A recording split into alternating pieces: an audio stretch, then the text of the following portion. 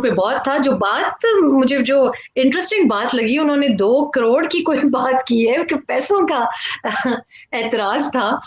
तो हमने तो लाहौर के बड़े बड़े इलेक्शंस में 1-1 अरब लगाते हुए देखा है, पीटीआई के नुमाइंदों को धड़ल्ले से बताते हुए देखा है कि मोटर अब वेहिकल उनका अलहदा और उन, 1 अरब उनका नाम, अलहदा।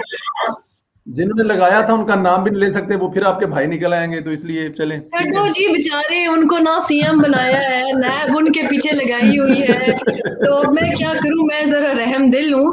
रहम के तो ये काबिल नहीं है, रहम के तो ये मेरा कोई भाई भी इस काबिल नहीं है। लेकिन अब क्या करें, मैं कहती हूँ वो एक्चुअली इमरान के ज्यादा डसे हुए हैं। मैं तो अब आप बेशक। यकीन करें कि मैं तो दिल में नफरत और दिल में कोई इंतकाम रखने वाला इंसान नहीं हूं। तो मेरा तो अब यकीन करें हमदर्दी जहांगीर खान तरीन से भी है।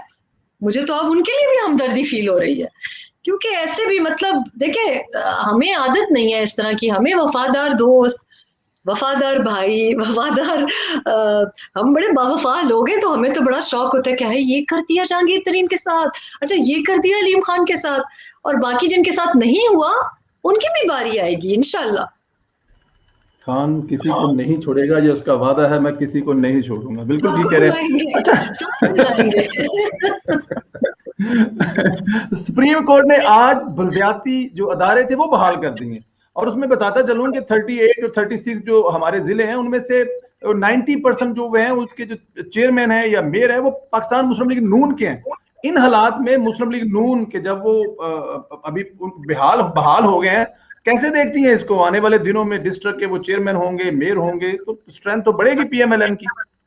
मैं तो कह रही हूँ कि ये कोरोना अगर था कि नहीं था, लेकिन अब कुछ ना कुछ हो जाएगा। इसलिए क्योंकि ये दानियाल अजीज साहब ने जो दरखास्त डाली थी, और वो दरखास्त जाहिर है कि बड़ा अरसा लगा इस बहाली जी। में। पहले उन्होंने कहा जी लोकल बॉडीज ही मुकाओ, हम मानते ही नहीं है, वो तो इलेक्शंस मानते ही नहीं है। चूंकि सारे नून के लोकल बॉडीज में थे, तो उन्होंने कहा जी हम तो मानते ही नहीं है, हम तो ये मानते ही नहीं है, इसलिए क्योंकि ये तो सारे पीएमएलएन के, मैं नहीं खेलता। अच्छा, वो उनको फारिग किया। इतने अरसे पंजाब की अवाम के साथ इतना जुल्म किया, खुद तो इनसे ना विफाकी हुकूमत चलती है, ना सूबाई हुकूमत, आपको पता है किस तरीके से चल रही है, चल ही नहीं रही। तो ये कितना अवाम के साथ इन्होंने जुल्म किया, और सिर्फ वजह क्या थी? सियासत। खुद इनसे ना सियासत होती है, ना हुक्मरानी होती है, ना हुकूमत होती है, किसी को रिलीफ के दे नहीं सकते। और ये इनका तरीका देखें कि पंजाब के साथ इन्होंने कितना जुल्म किया, उस्मान बुजदार को वहां बिठा के जुल्म किया, और फिर लोकल बॉडीज के जो लोग थे उन सबको इन्होंने हटा दिया वहां से।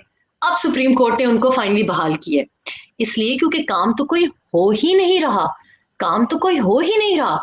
अब जब लोकल बॉडीज की ये बड़ी लंबी इनकी एक कानूनी जदोजहद थी, क्रेडिट जाता है पीएमएलएन को, दानियाल अजीज को भी, कि उन्होंने इसको परसू किया।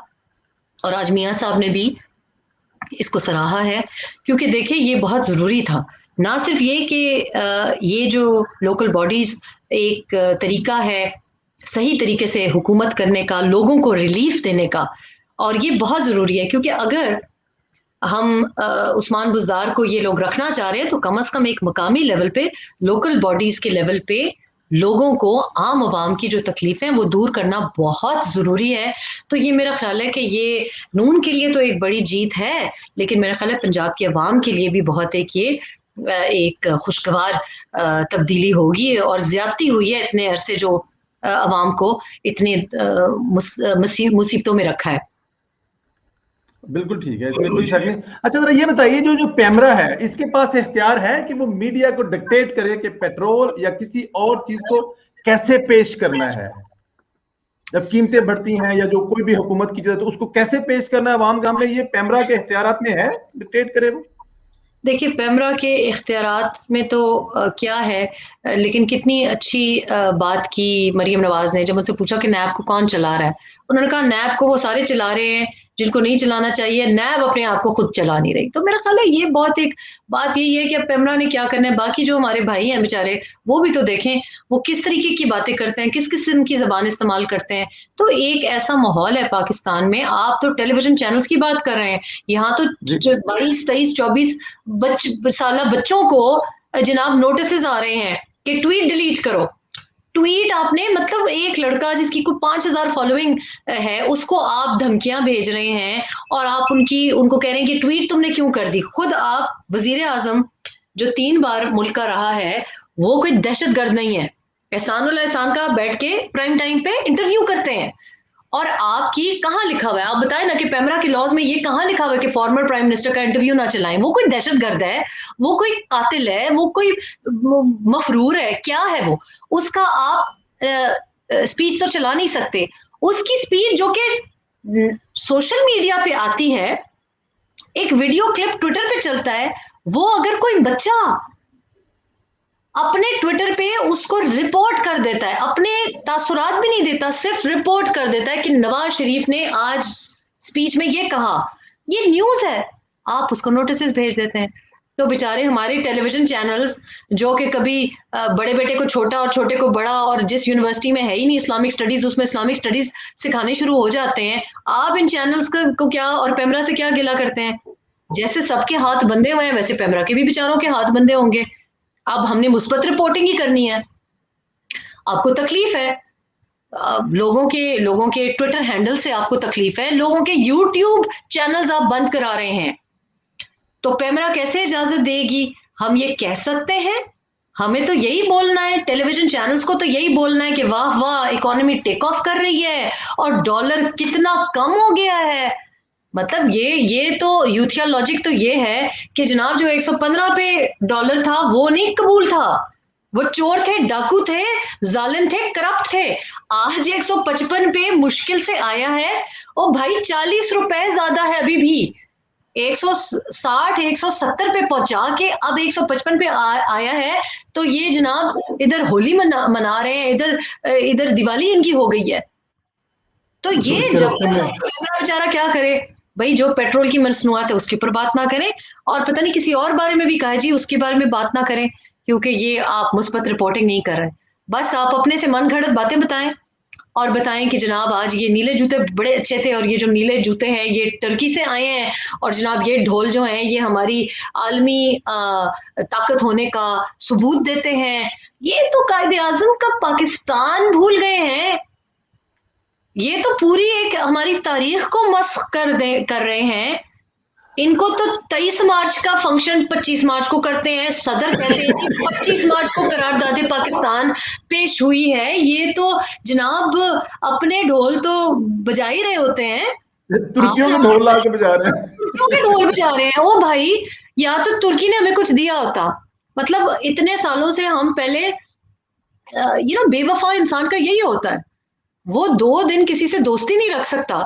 तो आप देखें सऊदीया से खफगी पाल के, यूएई से खफगी पाल के, अब यूएई के कहने के ऊपर ब्लूमबर्ग रिपोर्ट करता है कि यूएई के शाही खानदान, उनकी टॉप टीयर लीडरशिप ने बीच में इन्वॉल्व होके पाकिस्तान और इंडिया की दोस्ती कराने की कोशिश की है। और ये हमें जनरल बाजवा साहब स्पीच करते हैं और उससे 1-2 दिन पहले जनाब लाडले कप्तान साहब भी कहते हैं कि अमन की आशा की ख्वाहिशमंद दिखाई देते हैं, और अब वो यूएई को बीच में डालते हैं। वही यूएई जो बड़ा खफा था, वही यूएई जिन्होंने हमारे वीजे बंद किए हुए थे, वही यूएई जिससे बड़े निराश होकर वापस आए थे शाह महमूद कुरैशी, और जो अजीब किस्म का लहजा इस्तेमाल कर रहे थे हमारे जो देरीना दोस्ती है हमारे सऊदी अरब से जो दोस्ती है उसको बिगाड़ा। अब मुश्किल से वो खुदा खुदा करके ठीक हुई है, आज फिर टर्की के ढोल बजा रहे थे। ओ भाई क्या मिल रहा है आपको? आपको टर्की अपने ढोल बजाए, हमें बहुत अच्छे लगते हैं टर्किश लोग, और बड़े जबरदस्त वो ड्रामे बनाते हैं, और माशाल्लाह हमारे हैंडसमों से वाकई ज्यादा हैंडसम है। लेकिन भाई आप अपने मुल्क को प्रमोट करो, वो तो अपने मुल्क को प्रमोट कर रहे हैं, आप उनके ढोल क्यों बजा रहे हैं? मुझे तो नहीं समझ आई, मतलब ये कोई करने वाली बात है? आप ये तो ना भूलें कि आपका कायद कौन है, आपका कायद कायद कायद आजम मोहम्मद अली जिन्ना है। हम सब कल्चर्स की, सकाफत की, ममालिक की रिस्पेक्ट करते हैं, पर आप सोच सकते हैं कि चाइना अपनी परेड कर रहा हो तो बीच में वो जनाब टर्की के ढोल बजा रहा हो?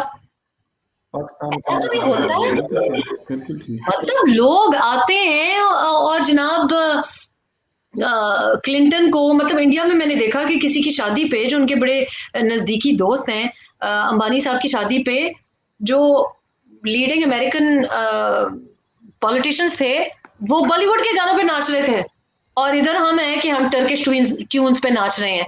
तो किधर जा रहे हैं हम? तो आप बेचारे पेमरा को क्या कहते हैं, ये मरियम नवाज निकलेगी, हमारे बेचारे जी जी जी, ये लोगों को आजाद करेगी, पेमरा को भी आजाद करेगी, सबको आजादी की जरूरत है, इस वक्त सबके हाथ बंधे हुए हैं।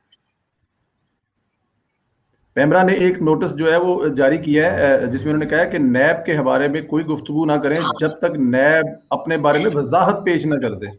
अरे वाह, क्या बात है, क्या बात है। ये पाकिस्तान है और ये आज़ादी के लिहाज से नंबर 1 पे है, और बस अल्लाह ही हाफिज है जी।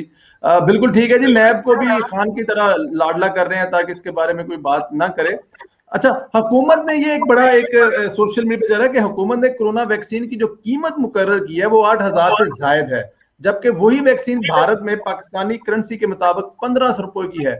अब मुझे जरा ये बताएं कि अगर आपके कोई नॉलेज में है कि दिहाड़ी कौन लगा रहा है, ये तो आउट ऑफ क्वेश्चन बात होगी ना।